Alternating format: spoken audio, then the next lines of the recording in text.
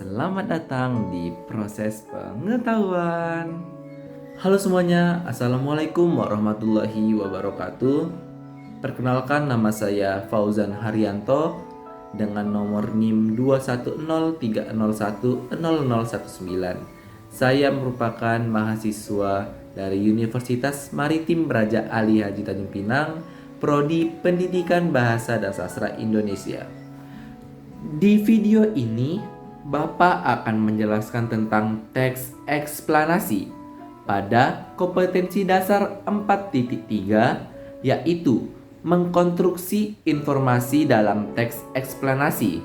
Nah, adapun tujuan pembelajarannya ialah yang pertama, menyusun bagian-bagian pokok teks eksplanasi. Nah, lalu yang kedua ialah menyajikan hasil teks eksplanasi.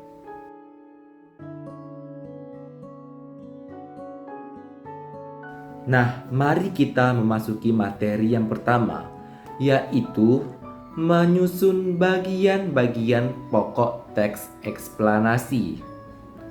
Nah, hal pertama yang harus kita ketahui untuk menyusun teks eksplanasi adalah ciri-ciri dari teks eksplanasi tersebut. Apa sajakah ciri-cirinya? Nah, ciri-ciri teks eksplanasi adalah yang pertama struktur. Strukturnya itu terdiri atas 3. Yang pertama pernyataan umum, yang kedua inti penjelasan, yang ketiga ialah ada simpulan. Nah, lalu untuk ciri-ciri yang kedua adalah memuat informasi yang berdasarkan fakta. Nah, lalu ciri-ciri ketiga ialah informasi faktanya bersifat keilmuan, misalnya tentang ilmiah. Nah, anak-anak, jadi bisa kita simpulkan bahwa bagian-bagian teks eksplanasi adalah pernyataan umum, lalu deretan penjelas, dan kesimpulan. Nah, untuk lebih jelasnya, Bapak akan memberikan kalian sebuah contoh teks eksplanasi. Nah, anak-anak, bisa kita perhatikan pada paragraf pertama berisi pernyataan-pernyataan umumnya yang bercerita atau menjelaskan tentang apa itu banjir dan bagaimana bisa terjadinya fenomena banjir tersebut. Lalu, pada paragraf kedua merupakan bagian inti penjelasannya yang dibuat secara sederhana, jelas, dan tidak berbelit-belit. Nah, lalu pada paragraf yang ketiga merupakan inti dari semua penjelasan pada paragraf 1 dan paragraf 2. Nah, anak-anak, bisa kita simpulkan bahwa teks eksplanasi itu secara umumnya atau sederhananya terdapat 3 paragraf utama.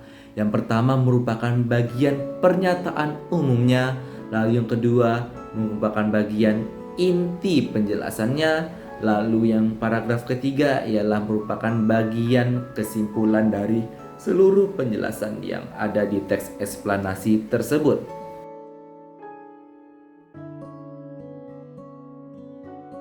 Baiklah, mari kita memasuki materi yang kedua, yaitu menyajikan teks eksplanasi. Nah, adapun langkah-langkah yang harus dilakukan dalam menyajikan teks eksplanasi. Nah, hal apa sajakah yang harus kita ketahui untuk menyajikan teks eksplanasi tersebut?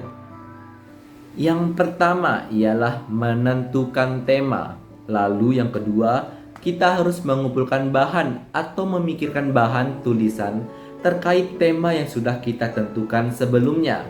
Nah, lalu yang ketiga ialah membuat kerangka-kerangka tulisan. Lalu yang keempat, kita harus mengembangkan kerangka yang sudah ditulis dengan cara sebagai berikut. Bagaimana saja caranya? Nah, anak-anak, untuk mengembangkan kerangka-kerangka yang sudah kita tulis sebelumnya, ada 3 hal yang harus kita lakukan. Nah, yang pertama ialah membuat paragraf tentang penjelasan umumnya. Lalu, yang kedua, membuat paragraf tentang sebab akibatnya atau paragraf inti penjelasannya. Nah, lalu yang ketiga sekaligus yang terakhir ialah membuat paragraf kesimpulannya, kesimpulan dari seluruh teks eksplanasi tersebut. Baiklah, sekian materi yang bisa Bapak sampaikan kepada kalian. Semoga materi ini bisa berguna untuk kalian semuanya. Nah, untuk teman-teman yang lain yang menonton video ini di YouTube, jika ada pertanyaan, kritik, atau saran dalam video ini, silahkan langsung ke kolom komentar ya.